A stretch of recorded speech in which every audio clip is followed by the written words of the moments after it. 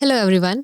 આજે આપણી સાથે છે Pinal Shah from LG institute of media and communications and today is women's day. તો સૌથી પહેલાં તો એક વિમેનને વિશ કરવું જોઈએ. So happy women's day ma'am. Same to you Devanshi. Welcome to radio LG ma'am. Thank you so much. તો મેમ, આજે આપણો જે મેઇન ફોકસ છે એ છે વિમેનના જે કોઈ બી સ્ટ્રગલ્સ હોય, કોઈ પણ એક લેડી હોય તો એ કેટલા સ્ટ્રગલ્સ કરતી હોય છે અને આગળ વધતી હોય છે પોતાના જીવનમાં, એના વિશે આપણે વાત કરવાની છે. તો સૌથી પહેલાં હું તમને એ પૂછીશ કે તમે પોતે તમારી વર્ક લાઈફ અને તમારી પર્સનલ લાઈફ કઈ રીતે બેલેન્સ કરો છો? ઓકે, પહેલાં તો મારું સેલ્ફ ઇન્ટ્રોડક્શન આપી દઉં.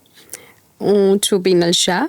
LG institute of media and કોમ્યુનિકેશનમાં કોઓર્ડિનેટરની પોસ્ટ ઉપર છું. છેલ્લા 7 વર્ષથી હું મારી ડ્યુટી બજાવી રહી છું.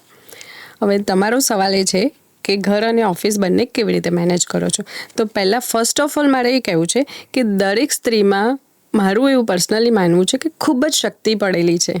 કુદરતે બહુ જ બધી શક્તિ, કેપેસિટી ગણો તો કેપેસિટી બહુ જ આપેલી છે દરેક સ્ત્રીમાં. એક સાથે મલ્ટિપલ ટાસ્ક કરી શકતી હોય છે એક સ્ત્રી.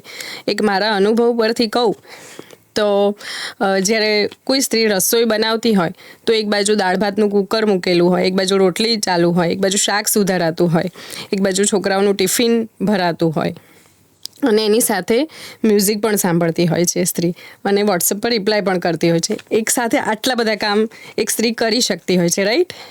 તો એની કેપેસિટીની તો વાત જ થાય એવી નથી. દરેક સ્ત્રીની કેપેસિટી ખૂબ જ છે એવું મારું માનવું છે પર્સનલી.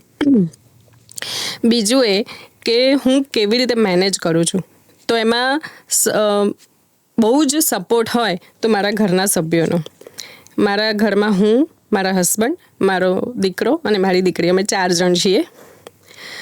તો આ ત્રણેયના સપોર્ટથી જ હું અહીંયા આવી શકું છું. આ ત્રણેયનો એક્સ્ટ્રીમ લેવલનો મને સપોર્ટ છે. જ્યારે 7 વર્ષ પહેલાં મેં જોબ સ્ટાર્ટ કરી ત્યારે મારી દીકરી 5 વર્ષની અને મારો દીકરો 11 વર્ષનો હતો.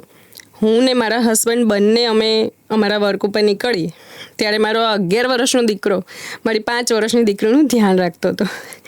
એટલે મારા માટે એ સમય થોડો ટફ હતો, પણ નાવ ટુડે આજે બંને જણ એવા સરસ તૈયાર થઈ ગયા છે કે બધું જ જાતે મેનેજ કરે છે. એના માટે હું ગ્રેટફુલ છું, રાઈટ?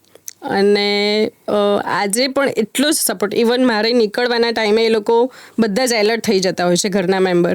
એક ટિફિન ભરે, એક મારી બોટલ ભરે, એક એક્ટિવા પાર્કિંગમાંથી બહાર લાવી દે. મારો સમય કેવી રીતે બચે ને એવો એ લોકોનો ટ્રાય હોય. મારી એક પણ મિનિટ વેસ્ટ ના જાય એવો 3 જણ પ્રયત્ન કરતા હોય છે. સો રેડિયો એલજેના માધ્યમથી આજે ખાસ એ 3ને મારે થેન્ક યુ કરવું છે. તો thank you so much 3 of you my lovely people. Okay, that is so sweet.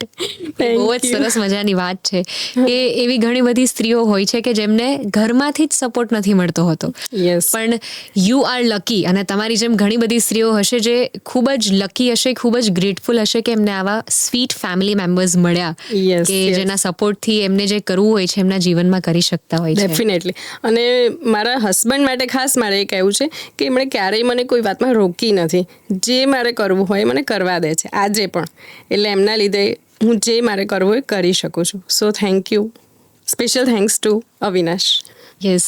અને આ તમે જે વાત કરી કે તમારે સપોર્ટ તો ફેમિલીમાંથી ઘણો બધો છે, નો ડાઉટ. Yes ma'am. તો એટલે સ્ટ્રગલ્સ તો એટલા બધા એ ઘરના કામોને લઈને જે સ્ટ્રગલ્સ કરવા પડતા હોય છે એ તો ડેફિનેટલી તમારે ઓછા કરવા પડતા હશે.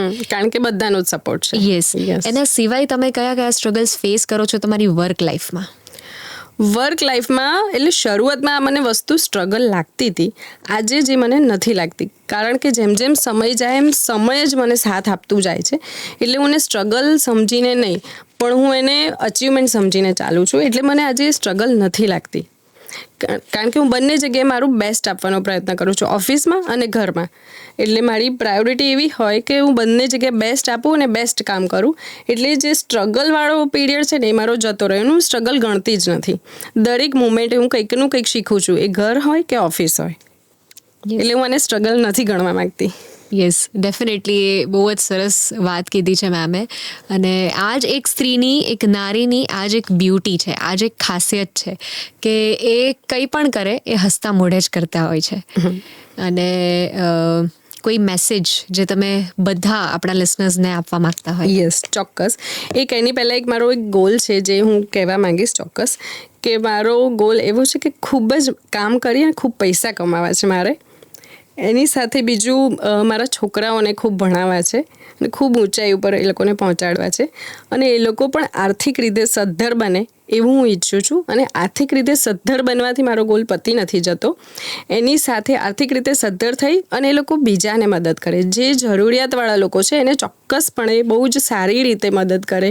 જેને ભણવું છે પણ એ આર્થિક રીતે પાછા પડે છે એને ચોક્કસ આગળ વધારે મદદ કરીને એવું હું ઈચ્છું છું. એટલે છોકરાઓ, મારો ડ્રીમ એ છે કે મારા છોકરાઓ ખૂબ આગળ વધે અને મારે પણ આગળ હજુ પણ ભણવાની ઈચ્છા છે, જે હું મારા ડ્રીમમાં છે એ પૂરી કરીશ. એટલે આ વસ્તુ અત્યારે તમે કોઈ વસ્તુ ભણી રહ્યા છો? અત્યારે નથી ભણતી, Okay. પણ પ્લાનમાં છે. અને તમારું એજ્યુકેશન? માસ્ટર્સ છે. Okay, masters. અને એ કર્યા પછી પણ steel you have a dream કે તમારે હજી Yes, આગળ yes, ભણવું છે. yes. આ એક બહુ સરસ મજાની ઈચ્છા કહેવાય. યસ, અને કોઈ ફાઇનલ મેસેજ જે તમે આપણા લિસનર્સને આપવા માંગતા હોય? ચોક્કસ.